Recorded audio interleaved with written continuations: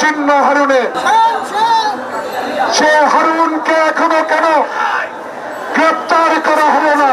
প্রিয় সাংবাদিক বন্ধুগণ, আমি আপনাদের একজন ক্ষুদ্র রাজনৈতিক কর্মী, ৭১-এর মুক্তিযোদ্ধা। আমাকে যারা হত্যা করার জন্য আজকে আমি জামা খুলে দেখাতে পারলাম না, দেখুন আমার গুলির চিহ্ন হারুনে। সে হারুনকে এখনো কেন গ্রেপ্তার করা হলো না?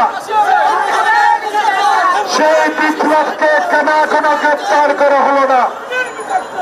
জনগণের প্রত্যাশা আপনার কাছে, তত্ত্বাবধায়ক সরকার দেশকে শান্তিতে ফিরিয়ে আনুন।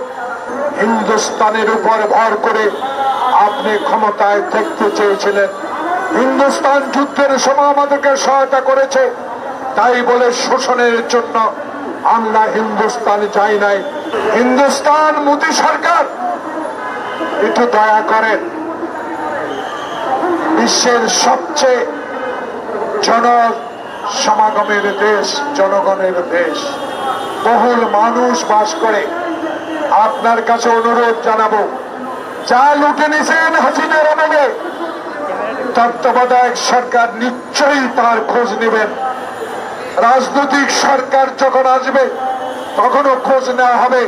তবে আপনার কাছে দাবি রইল, অনুরোধ রইল, এই হাজার হাজার কোটি কোটি নির্যাতিত মানুষের পক্ষ থেকে, যারা আয়নাঘরে 10 বছর ছিল, যারা রিমান্ডের নামে 1000 ভোল্টের বাতির নিচে ছিল, তাদের পক্ষ থেকে মোদি আপনাকে বলতে চাই, অবিলম্বে এক্ষণে শেখ হাসিনাকে বাংলাদেশে পাঠান।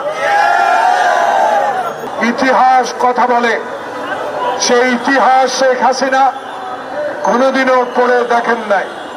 সেই ইতিহাসের পাতা কোনোদিনও উনি খুলে দেখেন নাই, চোখে আনেন নাই। তার চালা চামুন্ডরা, তার অধীনস্থ কর্মচারীরা, তার অধীনস্থ সন্ত্রাসীরা, তার অধীনস্থ চোরা কারবারিরা তাকে ঘিরে যা বলেছে তাই সে করেছে।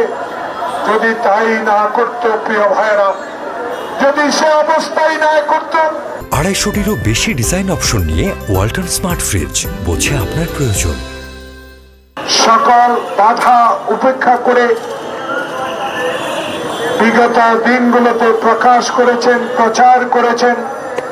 সেই জন্য আজকে মুক্ত আকাশে জাতির বিবেকের প্রেস ক্লাবের সামনে দাঁড়িয়ে আপনাদেরকে আমার মহান নেতা শহীদ প্রেসিডেন্ট জিয়াউর রহমানের গলা, বিএনপির ভারপ্রাপ্ত চেয়ারম্যান তারেক রহমানের পক্ষ থেকে এবং তৃণমূল দলের পক্ষ থেকে আপনাদেরকে অভিনন্দন জানাচ্ছি। আজকে মুক্ত হাতে স্বাধীনভাবে বাংলাদেশের অতীতের ইতিহাস আপনারা আবার তুলে ধরবেন। বাংলাদেশের মানুষের কাছে গত 16 বছরের ইতিহাস তুলে ধরবেন।